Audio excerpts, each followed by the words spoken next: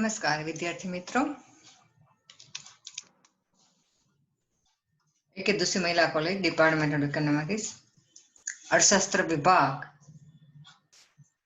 BA semester 3 અર્થશાસ્ત્રના વિદ્યાર્થીઓ main અને ગૌણ માટે પેપર નંબર 5 સમગ્ર લક્ષી અર્થશાસ્ત્ર નો આપણે અભ્યાસ કરી રહ્યા છીએ. એમાં આપણે છેલ્લા લેક્ચરમાં રાષ્ટ્રીય આવક એટલે શું, રાષ્ટ્રીય આવકના ખ્યાલો, રાષ્ટ્રીય આવકની વ્યાખ્યાઓ આની ચર્ચા કરી. આજે આપણે આજના લેક્ચરમાં યુનિટ 1 રાષ્ટ્રીય આવક એમાં આપણે જે મુદ્દાની ચર્ચા કરવાની છે એમાં પહેલો છે રાષ્ટ્રીય આવકના અંદાજોની ઉપયોગિતા અથવા એનું મહત્વ. બીજો મુદ્દો આપણે અભ્યાસ કરશું રાષ્ટ્રીય આવકની ગણતરીની પદ્ધતિઓ. ત્રીજો મુદ્દો છે ભારતમાં રાષ્ટ્રીય આવકના અંદાજોની મર્યાદાઓ. અને છેલ્લો મુદ્દો છે ભારતમાં રાષ્ટ્રીય આવકના નીચા વૃદ્ધિદર માટેના કારણો. આ 4 મુદ્દાની આપણે ચર્ચા કરીશું. તો સર્વપ્રથમ આપણે લેશું રાષ્ટ્રીય આવકના અંદાજોની ઉપયોગિતા અથવા એનું મહત્વ. આપણે ખબર છે કે રાષ્ટ્રીય આવક ના આપણે જ્યારે અર્થ જોયો ત્યારે જ આપણે કીધું કે રાષ્ટ્રીય આવક અર્થકારણ માટે, અર્થતંત્ર માટે ખૂબ ઉપયોગી છે. રાષ્ટ્રીય આવકની ગણતરી કરવી. શું એના અંદાજોની ઉપયોગિતા છે? તો કે આર્થિક વિકાસનો દર જાણવા માટે, લોકોનું જીવન ધોરણ જાણવા માટે, પછી આર્થિક વિકાસનો વેગ જાણવા માટે, આ બધી દ્રષ્ટિએ ઉપયોગી છે. એટલે રાષ્ટ્રીય આવકના અંદાજોની ઉપયોગિતા અર્થતંત્ર માટે કઈ રીતે રહેલી છે એની આપણે ચર્ચા કરવાની છે. તો આપણે એની ઉપયોગિતાના એક પછી એક મુદ્દા લેતા જાય. તો પેલો મુદ્દો છે આર્થિક વિકાસનો દર જાણવા માટે. હવે રાષ્ટ્રીય આવકની ઉપયોગિતા શેના માટે છે? તો કે રાષ્ટ્રીય આવકના કદ અને બંધારણના અભ્યાસ દ્વારા આર્થિક વિકાસના દરનો આપણે અભ્યાસ છે કરી શકીએ છીએ. એટલે કે એનો અભ્યાસ તો જ શક્ય છે એમ આપણે કહી શકીએ. અર્થતંત્રની કુલ ઉત્પાદન શક્તિની વૃદ્ધિનો દર અને તેની દિશા રાષ્ટ્રીય આવકમાં થયેલા વધારાથી તથા તેમના સ્વરૂપમાં આવેલા પરિવર્તનોથી જાણી શકાય છે. એટલે એ દ્રષ્ટિએ આપણે રાષ્ટ્રીય આવકના અંદાજોની ઉપયોગિતા રહેલી છે આર્થિક વિકાસનો દર જાણવા માટે, એવું આપણે સાબિત કરી શકીએ. બીજો ઉપયોગિતા છે મૂડી સર્જનનું પ્રમાણ જાણવા માટે. હવે રાષ્ટ્રીય આવકના વલણો દ્વારા સમાજ મૂડી સર્જન માટે કેટલા સાધનોનો વપરાશ કરે છે, કેટલા સાધનો વાપરે છે તે જ આપણે જાણી શકીએ છીએ. મૂડીના સાધનોના ઉત્પાદન માટે એટલે સમાજને વર્તમાન વપરાશમાં કેટલો ભોગ આપવો પડે છે અને તે સમાજ રાષ્ટ્રીય આવકનો કેટલો ભાગ બચત કરે છે તેના પરથી આપણે કાઢી શકીએ. એટલે આપણે ટૂંકમાં એમ કેવું હોય તો એમ કહી શકીએ કે માથાદીઠ આવકમાં કેટલા દરે વૃદ્ધિ થાય છે અને માથાદીઠ વપરાશમાં કેટલા દરે વૃદ્ધિ થાય છે. આ બે વચ્ચેનો જે તફાવત છે એ તફાવત જેટલું સમાજમાં મૂડીરોકાણ જરૂરી બને છે. અને એટલે આપણે છેલ્લે એમ કહી શકીએ કે માથાદીઠ આવક અને વપરાશના ખ્યાલથી લોકોની આર્થિક સ્થિતિનું પ્રમાણ અથવા એના જીવન ધોરણનું પ્રમાણ આપણે જાણી શકીએ છીએ, એનો અંદાજ કાઢી શકીએ છીએ. તો આ રીતે રાષ્ટ્રીય આવકના અંદાજની ઉપયોગિતા મૂડી સર્જનનું પ્રમાણ જાણવા માટે છે. ત્રીજું છે અર્થતંત્રના જુદા જુદા ક્ષેત્રોનો તુલનાત્મક અભ્યાસ કરવા માટે. હવે અર્થતંત્રમાં ઘણા બધા ક્ષેત્રો છે. ફોર એક્ઝામ્પલ તરીકે ખેતી, ઉદ્યોગ, વેપાર, વાહન વ્યવહાર, અનેક પ્રકારની સેવાઓ, આ બધામાં એટલે આ બધા ક્ષેત્રો છે જુદા જુદા. એ બધા ક્ષેત્રોમાં રાષ્ટ્રીય આવકમાં કયા ક્ષેત્રનો કેટલો હિસ્સો છે એ આપણે એના તુલનાત્મક અભ્યાસ દ્વારા જાણી શકીએ. એટલે કે અર્થતંત્રના બધા ક્ષેત્રોમાંથી કયા ક્ષેત્રમાંથી કેટલી આવક આવે છે, ખેતીમાંથી કેટલી આવે છે, ઉદ્યોગમાંથી કેટલી આવે છે, વ્યાપારમાંથી કેટલી આવે છે, સેવાના ક્ષેત્રમાંથી કેટલી આવે છે, એ બધાની આવકનો તુલનાત્મક અભ્યાસ કરી અને આપણે અર્થતંત્રનો વિકાસ જાણી શકીએ અથવા કેમાં આપણે પ્રગતિ કરવાની બાકી છે, કેમાંથી આપણે વિશેષ આવક આવે છે, રાષ્ટ્રીય આવકનો હિસ્સો કયા ક્ષેત્રમાં વધારે છે, કયા ક્ષેત્રમાં ઓછો છે, એનો પણ આપણે આનાથી અંદાજ જાણી શકીએ. એટલે કે આપણે એમ કેવું હોય તો એમ કહી શકીએ કે રાષ્ટ્રીય આવકના અંદાજના વિશ્લેષણ દ્વારા અર્થતંત્રના જુદા જુદા ક્ષેત્રના પારસ્પરિક સંબંધો જાણી શકાય છે. એટલે આપણે એમ કહીએ કે અર્થતંત્રના જુદા જુદા ક્ષેત્રોનો તુલનાત્મક અભ્યાસ કરવા માટે પણ રાષ્ટ્રીય આવકના અંદાજોનું મહત્વ રહેલું છે. ત્યાર પછી ચોથું, સમાજના જુદા જુદા વર્ગના લોકોના જીવન ધોરણને જાણવા માટે પણ રાષ્ટ્રીય આવકના અંદાજોની ઉપયોગિતા છે. હવે સમાજમાં જે જુદા જુદા વર્ગો છે, ઉચ્ચ આવકવાળા, મધ્યમ વર્ગ, નીચી આવકવાળા, તો આ બધા વર્ગો વચ્ચે આવકની વહેંચણી કેવી રીતે થઈ છે, કયા પ્રકારે વહેંચણી થઈ છે, અને તેમની માથાદીઠ આવક, તેની માથાદીઠ વપરાશનો ખ્યાલ, આ બધા દ્વારા આપણે જાણી શકીએ. અને આ બે દ્વારા, માથાદીઠ આવક અને માથાદીઠ વપરાશ દ્વારા, આપણે લોકોના જીવન ધોરણનો તુલનાત્મક અભ્યાસ કરી શકીએ કે સમાજના જુદા જુદા વર્ગના જીવન ધોરણ કેવું છે, કેની માથાદીઠ વધારે આવક છે, એનું વપરાશનું ધોરણ કેવું છે.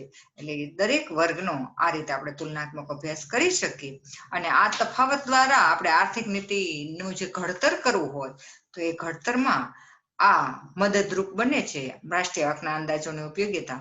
એટલે કે સમાજના જુદા જુદા વર્ગના લોકોના જીવન ધોરણ જાણવા માટે પણ રાષ્ટ્રીય આવકના અંદાજોની ઉપયોગિતા અથવા એનું મહત્વ રહેલું છે. ત્યાર પછીનો મુદ્દો છે, આપણે જોઈએ તો આપણે એમ કહી શકીએ કે રાષ્ટ્રીય આવકના અંદાજોની ઉપયોગિતાનો પાંચમો મુદ્દો, એટલે કે પાંચમી ઉપયોગિતા, યોજનાની પ્રગતિનું મૂલ્યાંકન કરવા માટે. હવે જો રાષ્ટ્રીય આવકના અંદાજો છે, યોજનાના હેતુઓ નક્કી કરવા માટે, એના લક્ષ્યાંકો નક્કી કરવા માટે, એની વ્યૂહરચનાઓ નક્કી કરવામાં, આ બધામાં મદદરૂપ બને છે.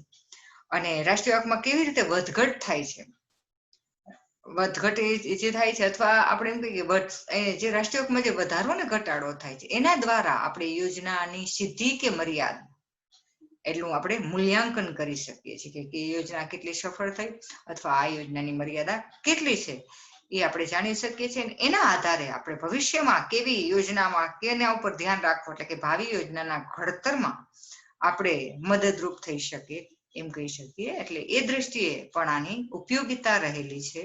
ત્યાર પછીની ઉપયોગિતા જોઈએ તો છઠ્ઠી છે, આંતરરાષ્ટ્રીય સરખામણી કરવામાં મદદરૂપ. હવે આંતરરાષ્ટ્રીય વ્યાપાર અથવા આંતરરાષ્ટ્રીય ધોરણે એકબીજા દેશોની આર્થિક સ્થિતિ કેવી છે એની સરખામણીમાં પણ આ મદદરૂપ થાય છે. એટલે આપણે એમ કેવું હોય તો કહી શકીએ કે જુદા જુદા દેશોના લોકોના જીવન ધોરણ હોય એનો તુલનાત્મક અભ્યાસ કરવામાં, અથવા જુદા જુદા દેશોની રાષ્ટ્રીય આવક, માથાદીઠ આવક, માથાદીઠ વપરાશ, માથાદીઠ બચત, આ વગેરેના અંદાજ જાણવા બહુ જરૂરી હોય છે. તો એ દ્રષ્ટિએ પણ અહીંયા રાષ્ટ્રીય આવકના અંદાજોની ઉપયોગિતા રહેલી છે. ત્યાર પછી છે છેલ્લી ઉપયોગિતા, સાતમી, કોઈ એક દેશની આર્થિક પરિસ્થિતિનો સામાન્ય ખ્યાલ મેળવવા માટે.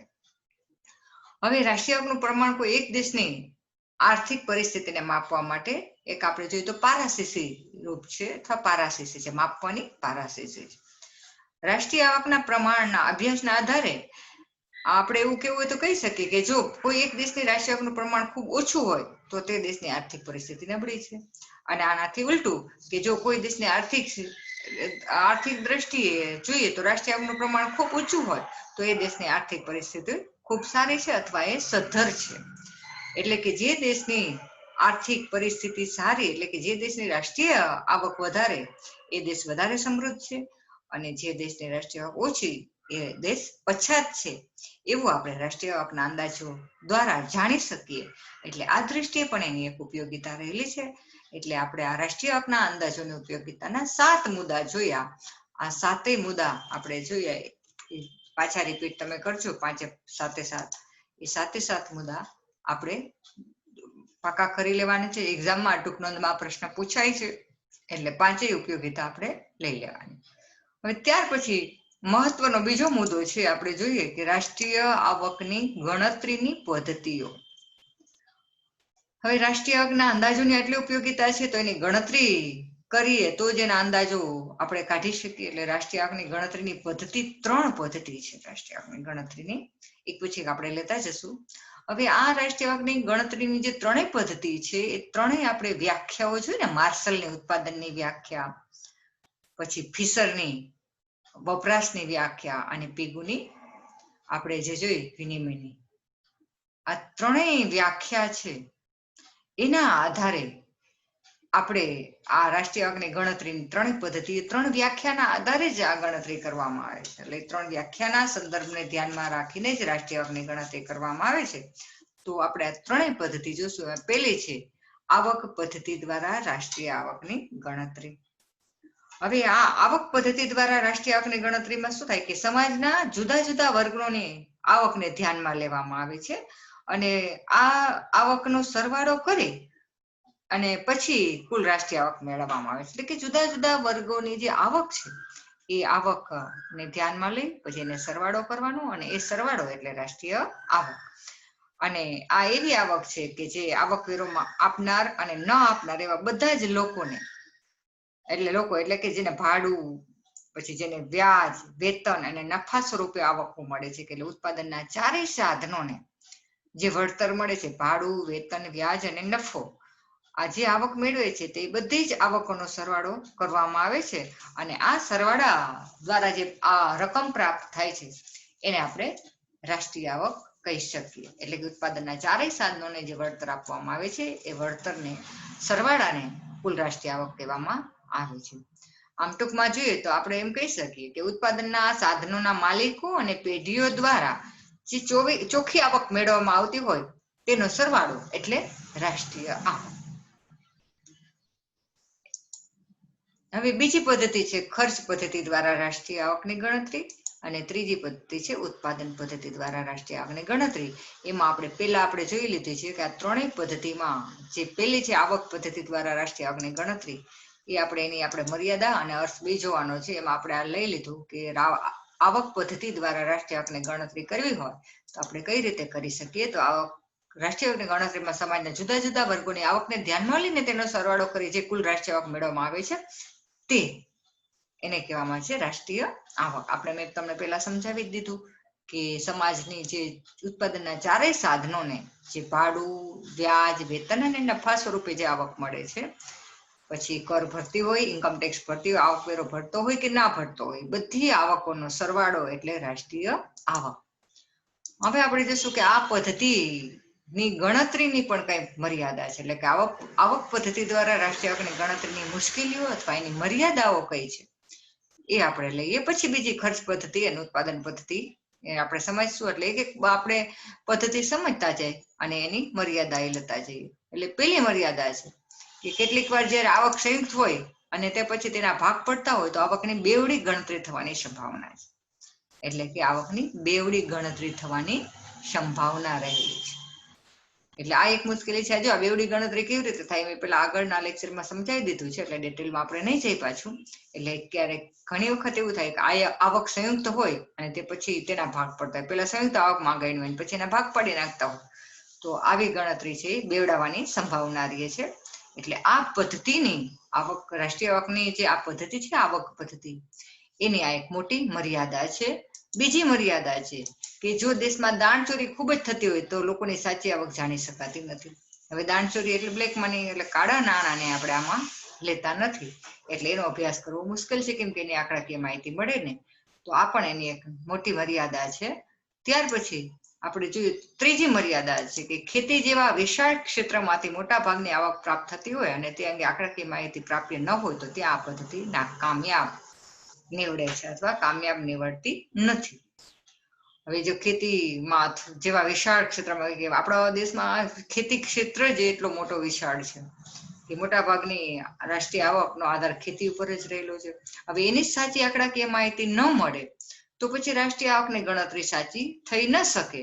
એટલે આપણે એમ જોઈએ તો પેલી પદ્ધતિ છે આવક પદ્ધતિ દ્વારા રાષ્ટ્રીય આવકની ગણતરી, તો એની આ ત્રણ મર્યાદા છે.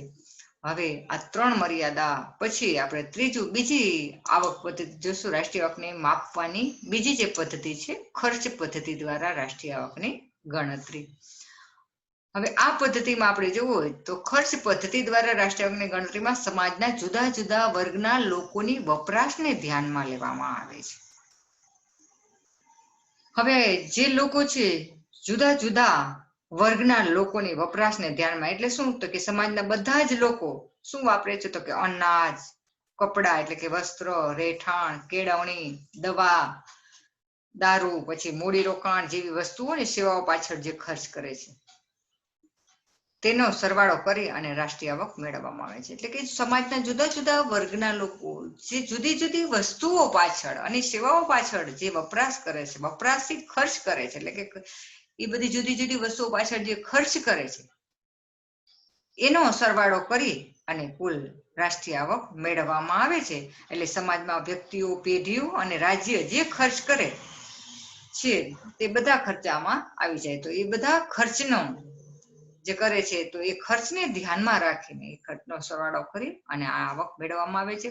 તો જે આ બધા ખર્ચા કરવામાં આવે છે કે સમાજમાં જે વ્યક્તિઓ છે, પેઢીઓ છે, રાજ્ય છે, ખર્ચા કેવા કરે છે? તો કે ખર્ચાના બે પ્રકાર છે.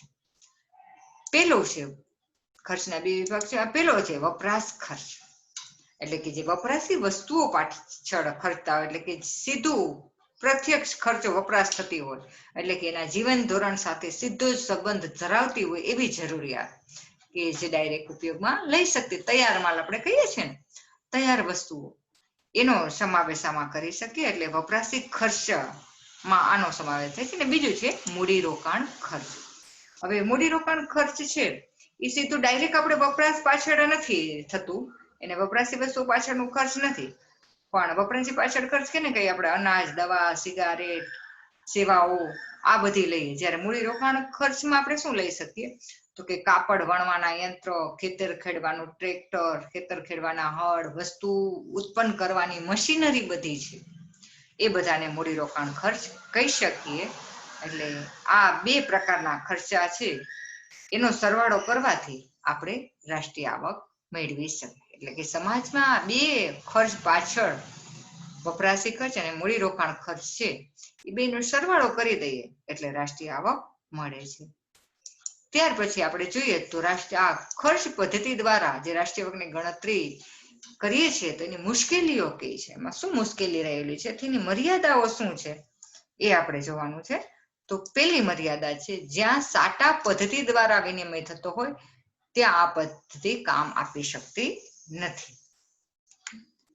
જ્યાં સાટા પદ્ધતિ દ્વારા વિનિમય થતો હોય એટલે કે જ્યાં વસ્તુ વિનિમય થતો હોય, જ્યાં વસ્તુ નાણાં દ્વારા લેવામાં ના આવતી હોય કે વસ્તુ વિનિમય થતો એટલે કે વસ્તુના બદલે વસ્તુ આપતી હોય, તો ત્યાં આ પદ્ધતિ કાંઈ કામ આવતી નથી. તો આ પદ્ધતિની ત્યાં મર્યાદા છે. ત્યાર પછી બીજી છે જ્યાં આંકડાકીય માહિતી વ્યવસ્થિત પ્રાપ્ય ન હોય ત્યાં આ પદ્ધતિ નાકામયાબ નીવડે છે. ફોર એક્ઝામ્પલ આપણે ખેતી લીધું હતું ને કે ખેતીમાં આંકડાકીય માહિતી અપ્રાપ્ય હોય છે, વ્યવસ્થિત પ્રાપ્ત નથી થતી, અથવા કોઈ પણ ક્ષેત્રમાં ઘણા બધા એવા ક્ષેત્રો છે કે જે આંકડાકીય સાચી માહિતી ન મળતી હોય, તો ત્યાં ખર્ચ પદ્ધતિ દ્વારા રાષ્ટ્રીય આવકની ગણતરી કરવાનું કાર્ય ખૂબ જ મુશ્કેલ છે. એટલે આ બીજી એની મર્યાદા છે. અને ત્રીજી છે દરેક વ્યક્તિ, સંસ્થા અને પેઢીના ખર્ચની જાણકારી મેળવવાનું કાર્ય ખૂબ જ કપરું છે. દરેક વ્યક્તિ, સંસ્થા અને પેઢીના ખર્ચની જાણકારી મેળવવાનું કાર્ય ખૂબ જ કપરું છે. હવે આપણે ખબર છે, આપણે જે રિસર્ચ કરતા હોય સ્ટુડન્ટને કે આંકડાકીય માહિતી બધી લેવી, એટલે કે દરેક વ્યક્તિ પાસે, દરેક સંસ્થા માટે, દરેક પેઢીના ખર્ચની જાણકારી, આપણે આપણો ખર્ચનો ઘરનો હિસાબ ખર્ચનો રાખવો હોય તો અઘરો પડે છે. તો દરેક વ્યક્તિ, દરેક સંસ્થા, દરેક પેઢી પાસેથી એનું કેટલું ખર્ચ થયું છે એ સાચી માહિતી મળી નથી શકતી, અને મેળવીએ છીએ તો પણ એ અઘરું કામ છે. એટલે આ પદ્ધતિની એટલે કે ખર્ચ પદ્ધતિ દ્વારા રાષ્ટ્રીય આવકની ગણતરી કરવાનું કાર્ય આની આ એક મર્યાદા છે, મોટી મર્યાદા છે. એટલે કે આ ત્રીજી મર્યાદા, 3 મર્યાદા એની રહેલી છે એવું આપણે આના ઉપરથી કહી શકીએ. ત્યાર પછી છે ત્રીજી રાષ્ટ્રીય આવકની ગણતરીની પદ્ધતિ, ઉત્પાદન પદ્ધતિ દ્વારા રાષ્ટ્રીય આવકની ગણતરી. હવે આપણે એમાં જોવું તો કહી શકીએ ઉત્પાદન પદ્ધતિ દ્વારા રાષ્ટ્રીય આવકની ગણતરીમાં સમાજના જુદા જુદા વર્ગો દ્વારા ઉત્પન્ન કરવામાં આવેલ વસ્તુઓ અને સેવાઓના ઉત્પાદનને ધ્યાનમાં લેવામાં આવે છે.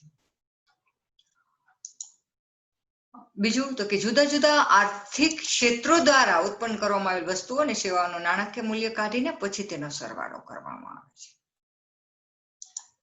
અને આ સરવાળા દ્વારા જે રકમ પ્રાપ્ત થાય છે તેને રાષ્ટ્રીય આવક કહેવામાં આવે છે. હવે જો આમાં ઉત્પાદન પદ્ધતિ દ્વારા રાષ્ટ્રીય આવકની ગણતરી કઈ રીતે કરીએ તો આપણે 3 ભાગેના સ્પષ્ટીકરણ કરવા માટે પાડ્યા છે. પેલું છે ઉત્પાદન પદ્ધતિ દ્વારા રાષ્ટ્રીય આવકની ગણતરી કરવામાં સમાજના જુદા જુદા વર્ગો દ્વારા ઉત્પન્ન કરવામાં આવેલ વસ્તુઓ અને સેવાઓના ઉત્પાદનને ધ્યાનમાં લેવામાં આવે છે. એટલે સમાજના જુદા જુદા વર્ગો દ્વારા જે વસ્તુનું ઉત્પાદન કરવામાં આવે છે તે વસ્તુઓ અને સેવાઓ, જે વસ્તુઓ અને સેવાઓનું ઉત્પાદન થાય છે એને ધ્યાનમાં લેવામાં આવે છે. પછી બીજું શું કરવામાં આવે છે કે આ વસ્તુઓ અને સેવાઓનું નાણાકીય મૂલ્ય કાઢી અને એનો સરવાળો કરવામાં આવે છે. આપણે કહ્યું જુદા જુદા વર્ગો દ્વારા જે વસ્તુનું ઉત્પાદન થાય છે વસ્તુઓ અને સેવાઓનું, એ ઉત્પાદનમાં લેવાનું ધ્યાનમાં, પછી આ ઉત્પાદન છે એનું નાણાકીય મૂલ્ય કાઢી અને એનો સરવાળો કરવાનો, અને આ સરવાળા દ્વારા જે રકમ પ્રાપ્ત થાય છે તે રાષ્ટ્રીય આવક કહેવામાં આવે છે. એટલે ઉત્પાદન પદ્ધતિ દ્વારા રાષ્ટ્રીય આવકની ગણતરી આ રીતે આપણે કરી શકીએ. હવે આપણે જોશું એની મુશ્કેલીઓ અથવા મર્યાદાઓ, કે ઉત્પાદન પદ્ધતિ દ્વારા રાષ્ટ્રીય આવકની ગણતરી કરવામાં કઈ કઈ મુશ્કેલી રહેલી હોય છે અથવા આ પદ્ધતિની મર્યાદાઓ કઈ છે એની ચર્ચા કરીએ. તો પહેલી મર્યાદા છે, કોઈ એક વસ્તુનું ઉત્પાદન અનેક પ્રક્રિયાઓમાંથી પસાર થતું હોવાથી બેવડી ગણતરી થવાની શક્યતા રહેલી છે. જો બધા ક્ષેત્રમાં આ એક મુશ્કેલી તો રહેશે કે કોઈ વસ્તુનું ઉત્પાદન અનેક ક્ષેત્રમાંથી, કાપડનું જો આપણે જોઈએ તો વણાટમાં હોય, પછી કાપડ બજારમાં આવે તો કાચી વસ્તુઓ છે એ બનતી હોય, પછી તૈયાર વસ્તુ બને, તો આ બધામાં બેવડી ગણતરીની સમસ્યા તો રહેવાની છે. એટલે કોઈ એક વસ્તુનું ઉત્પાદન અનેક પ્રક્રિયામાંથી પસાર થતું હોય, જેમાં આપણે કાપડનું એક્ઝામ્પલ આપ્યું છે કે એમાં તો કેટલી બધી પ્રક્રિયામાંથી પસાર થાય પછી તૈયાર કાપડ મળે, તો એની બેવડી ગણતરી થવાની શક્યતા છે. તો આ એની એક મર્યાદા છે. બીજી મર્યાદા આપણે જોઈ હોય તો આપણે જોઈ શકશું, કેટલીક સેવાઓ વિના મૂલ્યે કરવામાં આવે છે, તેને ગણતરી આ પદ્ધતિ પ્રમાણે રાષ્ટ્રીયમાં થઈ શકતી નથી, તેથી તે સાચી રાષ્ટ્રીય જાણી શકાતી નથી. ઘણી સેવાઓ એવી છે, આપણે એમ કહીએ ને મમ્મી આપણું કામ કરે છે, એટલે કે જે મમ્મી ઘરનું કામ કરે છે તો એ વિના મૂલ્યે કામ કરે છે, તો એની આવકની ગણતરી થઈ ન શકે. એની જગ્યાએ જો કોઈ કામવાળી કામ કરે તો એને રાષ્ટ્રીય આવકમાં એને જ વેતન આપે છે, રાષ્ટ્રીય આવકની ગણતરીમાં ગણતરી થઈ જાય. પણ જે ઘરની સ્ત્રી કામ કરે છે તો એનું રાષ્ટ્રીય આવકની ગણતરીમાં એનું આપણે સમાવેશ નથી કરી શકતા. એટલે કે જે સેવા વિના મૂલ્યે કરવામાં આવે છે તેની ગણતરી આ પદ્ધતિમાં કરવામાં આવતી નથી, તેથી આપણે સાચો આંકડો રાષ્ટ્રીય આવકનો જાણી શકીએ નહીં. તો આ એની એક મર્યાદા છે. અને આ ત્રણ પદ્ધતિ આ દ્વારા આપણે રાષ્ટ્રીય આવકની ગણતરી કરી શકીએ. અને દેશમાં આંકડાકીય માહિતીનો અભાવ હોય તો આપણે એમ કહી શકીએ કે ઉત્પાદન પદ્ધતિ, પછી ખર્ચ પદ્ધતિ અને આવક પદ્ધતિ, આ ત્રણેય પદ્ધતિઓમાં આપણે જોવું હોય તો એમ કહીએ કે પેલી બે પદ્ધતિ કરતા ઉત્પાદન પદ્ધતિ દ્વારા રાષ્ટ્રીય આવકની ગણતરી કરવામાં આવે તો એ વધારે સરળ અને વધુ વ્યવહારુ રિઝલ્ટ આપે છે. એટલે સાચું એનો આપણે માહિતી મેળવી શકીએ છીએ, સાચી ગણતરી કરી શકીએ. તેમ છતાં કે માહિતીના જે સાચી માહિતીનો અભાવ હોવાને કારણે પણ આટલી બધી એમાં મુશ્કેલી તો રહેલી જ છે. આ બે મુશ્કેલી એમાં રહેલી જ છે, એમાં આપણે એની મર્યાદાઓ પરથી કહી શકીએ. હવે ત્યાર પછી આપણે બીજો મુદ્દો લેવાનો છે, ભારતમાં રાષ્ટ્રીય આવકના અંદાજોની મર્યાદાઓ. હવે આ આપણે જોઈએ તો એની મર્યાદાઓ કઈ છે રાષ્ટ્રીય આવકના અંદાજોની, એ લઈ લઈએ. પછી આપણે એના હજી એક મુદ્દો આના પછી લેવાનો છે કે ભારતમાં રાષ્ટ્રીય આવકના નીચા વૃદ્ધિ દર માટેના કારણો. એ તો નાનો છે પણ આ ઉપયોગિતા, રાષ્ટ્રીય આવકમાં ગણતરીની પદ્ધતિ અને ભારતમાં રાષ્ટ્રીય આવકના અંદાજોની મર્યાદાઓ, આ પ્રશ્ન વારંવાર પૂછાતો જ હોય છે તમારે, એટલે આપણે એ ધ્યાનમાં લેવાના છે. તો આપણે આ રાષ્ટ્રીય આવકની ગણતરી જે અંદાજો છે, ભારતમાં રાષ્ટ્રીય આવકના અંદાજોની મર્યાદા કઈ કઈ છે એ આપણે એક પછી એક લેતા જઈએ. તો પહેલી જ છે બિન નાણાકીય વિભાગનું અસ્તિત્વ. તો આપણે એમ કહીએ કે રાષ્ટ્રીય આવકના અંદાજો કાઢતી વખતે એવી વસ્તુઓ અને સેવાઓ ગણવામાં આવે છે કે જેનો નાણાં દ્વારા વિનિમય થતો હોય. હવે ભારતના તંત્રમાં આજે પણ એવી ઘણી બધી બિન નાણાકીય વિભાગનું એવું ઘણું બધું એવું છે કે એવી કેટલી વસ્તુઓ છે કે નાણાં દ્વારા એનો વિનિમય ન થતો હોય, એટલે કે બિન નાણાકીય વિભાગનું અસ્તિત્વ હોય.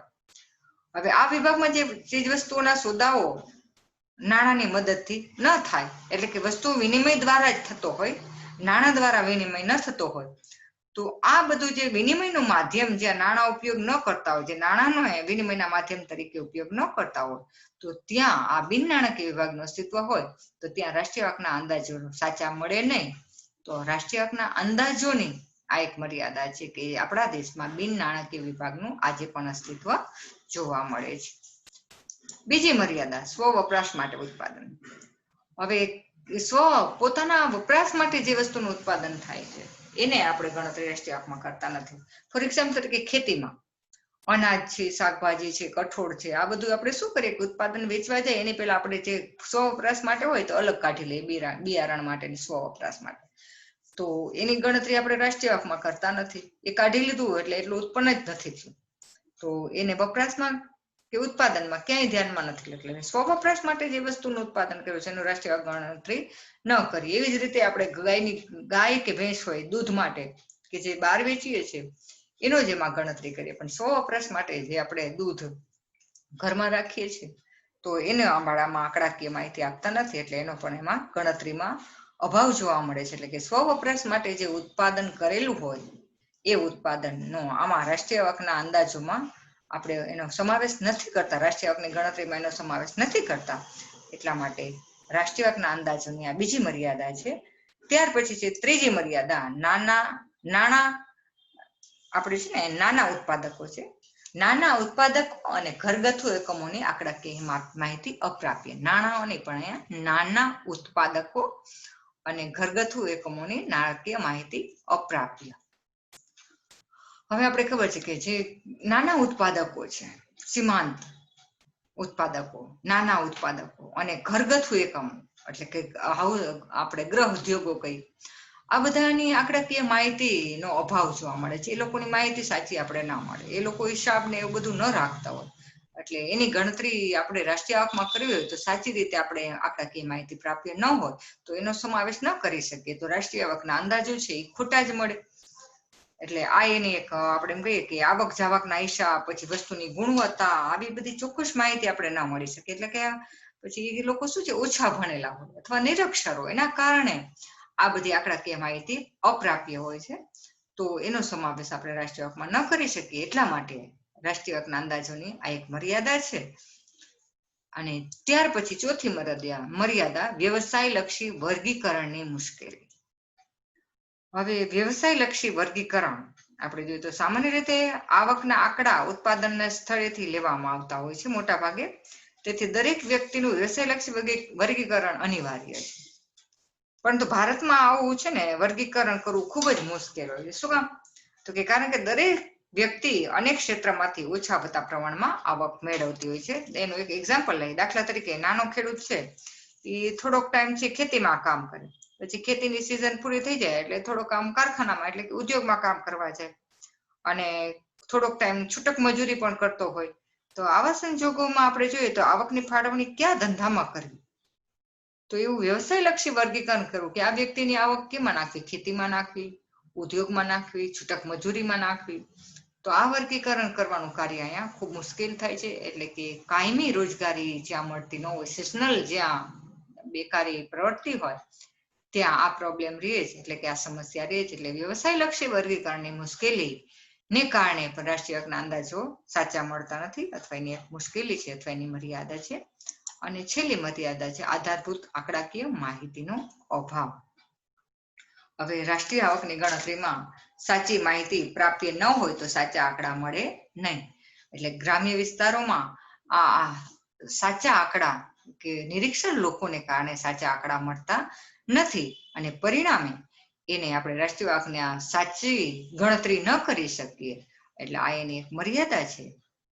અને આ 5 મર્યાદા રાષ્ટ્રીય આવકના ગણતરીના આપણે જોઈએ તો કે એના અંદાજો જે છે રાષ્ટ્રીય આવકના જે આપણે ગણતરી કરીએ છીએ, જે એના અંદાજો મળે છે એ આટલા મર્યાદા વાળા હોય છે, આટલી ખામી વાળા છે. એટલે આ 5 એની મર્યાદા છે. અને છેલ્લો મુદ્દો આપણે હવે લેવાનો છે આના પછીનો, એ જોઈએ તો ભારતમાં રાષ્ટ્રીય આવકના નીચા વૃદ્ધિ દર માટેના કારણો. કે ભારતમાં રાષ્ટ્રીય આવકના વૃદ્ધિ દર કેમ નીચો છે? રાષ્ટ્રીય આવકનો જે વધવાનો દર છે એ શું કામ નીચો છે? એના કારણો આપણે જોવાના છે. તો પહેલું કારણ છે મૂડીરોકાણનું ઓછું પ્રમાણ. હવે આપણે એમ જોઈએ તો જો 1950-51 થી આપણે જીડીપી નો દર જોઈએ તો ત્યારે આપણો 8.7% હતો, અને પછી મૂડીરોકાણ વધીને 59 વર્ષમાં એટલે કે 2008-9માં 34.9% થયું છે. એટલે આ રીતે આપણે જોઈએ તો મૂડીરોકાણનું નાણાકીય સંદર્ભમાં જો જોવા જઈએ તો ભાવ વધારાના સંદર્ભમાં જોઈએ તો વાસ્તવિક મૂડીરોકાણ તો ઘણું ઓછું છે. તમે નાણાકીય મૂડીરોકાણ જોઈએ તો તમને એવું લાગે ઘણું બધું વધી ગયું છે, પણ વાસ્તવિક મૂડીરોકાણ નો જો જોવું હોય તો આપણે એમ કહી શકીએ કે વાસ્તવિક મૂડીરોકાણ વસ્તુઓના ભાવ વધારાના કારણે ઓછું થાય છે. એટલે અપૂરતું મૂડીરોકાણને કારણે ભારતના અર્થતંત્ર ઉપર કેટલીક માઠી અસરો પડે છે. હવે આપણે આ ઓછું મૂડીરોકાણને કારણે કઈ કઈ માઠી અસર પડે છે એ જોઈએ તો પેલું છે મૂડીગત વસ્તુઓનું ઉત્પાદન ઓછું રહે છે, એના કારણે મૂડીરોકાણનું પ્રમાણ ઓછું થાય છે. બીજું છે આંતરમાળખાકીય સેવાઓને મુખ્યત્વે સરકાર પૂરી પાડે છે. આંતરમાળખાકીય એટલે કે ઇન્ફ્રાસ્ટ્રક્ચર, વાહન વ્યવહાર, સંદેશા વ્યવહાર, આ બધી એ સેવાઓ સરકાર પૂરી પાડે છે.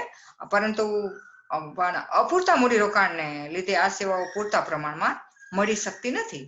એટલે કે ખાનગી ક્ષેત્રે ઉત્પાદન વૃદ્ધિ માટેના જે તકો છે એ પછી એટલે એને કારણે ઘટવા લાગે. એટલે આ મૂડીરોકાણનું ઓછું પ્રમાણ છે એના કારણે આ થાય. અને ત્રીજું એનો એક આપણે એમ કહી શકીએ અપૂરતા મૂડીરોકાણને લીધે જાહેર ક્ષેત્રની પ્રવૃત્તિઓ ઘટતી જાય છે અને તેના પરિણામે ખાનગી ક્ષેત્રનો વિકાસ રૂંધાતો જાય છે અને એનો પણ નફો આના કારણે ઘટવા લાગે છે. એટલે ભારતમાં રાષ્ટ્રીય આવકના વૃદ્ધિ દર માટેના નીચા વૃદ્ધિ દર માટેનું એક મુખ્ય કારણ છે મૂડીરોકાણનું ઓછું પ્રમાણ.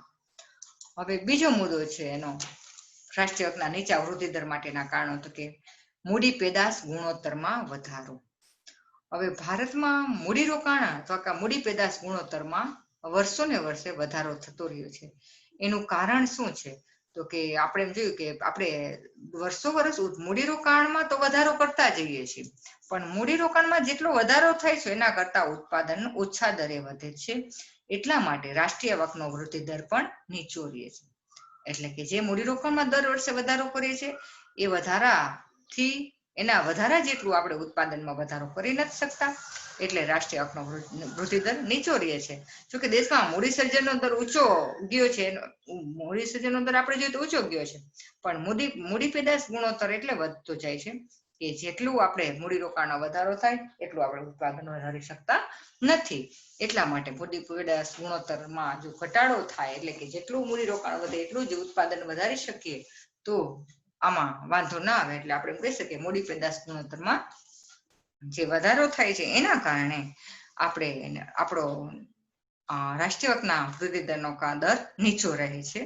હજી આપણે જોઈએ તો ભારતનો છે એ ખેતી પ્રધાન દેશ છે, એટલે આપણે એમ જોઈએ તો એના પ્રતિકૂળ વાતાવરણ, હવામાનને કારણે ખેતી અને ઉદ્યોગ ઉપર માઠી અસર પડે છે. અને ઉદ્યોગોમાં પાછું શું થાય કે ફાજલ ઉત્પાદન શક્તિને કારણે પણ મૂડી પેદાશ ગુણોત્તર નીચો રહે છે.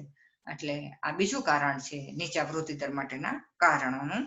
ત્રીજું છે ખેતી અને ઉદ્યોગ ક્ષેત્રે નીચો વિકાસ દર. ખેતી અને ઉદ્યોગ ક્ષેત્રે નીચો વિકાસ દર આપણે જોયું ને ઉપર જ પેલા કે ખેતી છે એ કુદરત ઉપર આધારિત છે. તેના ઘણા બધા કારણો છે કે ખેતીમાં નીચું ઉત્પાદન રહેવાના, એનું હવામાન, આબોહવા, આ બધાના કારણે. અને ઉદ્યોગ ક્ષેત્ર આપણે જોયું કે ફાજલ ઉત્પાદન શક્તિ પડી રહી છે. એટલે આ બેમાં આપણે જોઈએ તો કે વસ્તી વૃદ્ધિનો દરના કારણે અને ત્રીજો વસ્તી વૃદ્ધિના દરના કારણે પણ ખેતી અને ઉદ્યોગ ક્ષેત્રનો નીચો વિકાસ દર રહેતો હોય છે.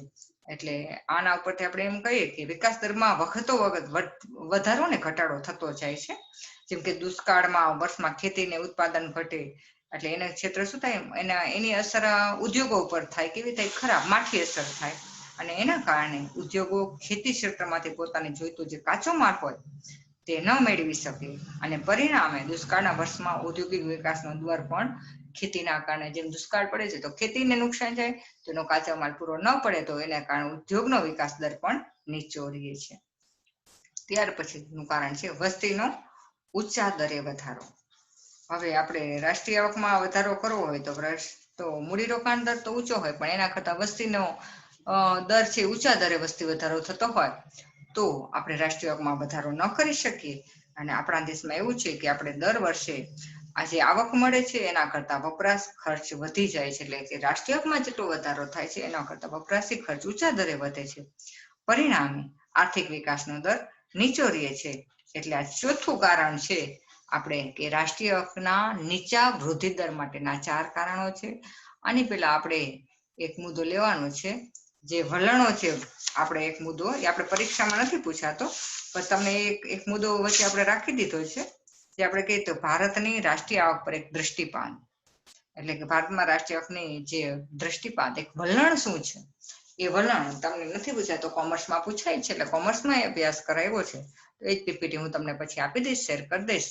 પણ આ તમારા સિલેબસમાં આટલા મુદ્દા આ ચેપ્ટરમાં પૂછાય છે એટલે આપણે આટલા મુદ્દા લીધા. આ ચોથો મુદ્દો છે એ પણ બહુ ઇમ્પોર્ટન્ટ નથી, પણ તોય ટૂંકમાં તમને ભારતમાં નીચા વૃદ્ધિદર માટેના કારણો જે છે એ ક્યાં છે અને કેટલા છે એ જાણવા માટે થઈને મેં આ મુદ્દો લીધો છે, એટલે એના વલણો પણ તમે લઈ શકો છો. હવે આપણે અહીંયા જોઈએ તો સૌરાષ્ટ્ર યુનિવર્સિટીમાં આ ચેપ્ટરમાંથી એટલે કે આપણે જેટલા જ મુદ્દા લીધા એમાંથી કેટલા પ્રશ્ન પૂછાય છે. તો પેલું છે રાષ્ટ્રીય હકના અંદાજોની ઉપયોગિતા અથવા એનું મહત્વ પરિણામ, ટૂંક નોંધમાં પૂછાય આ પ્રશ્ન 7 માર્કની. બીજું છે રાષ્ટ્રીય હકને માપવાની વિવિધ પદ્ધતિઓ ચર્ચો, આ 14 માર્કમાં પણ પૂછી શકાય.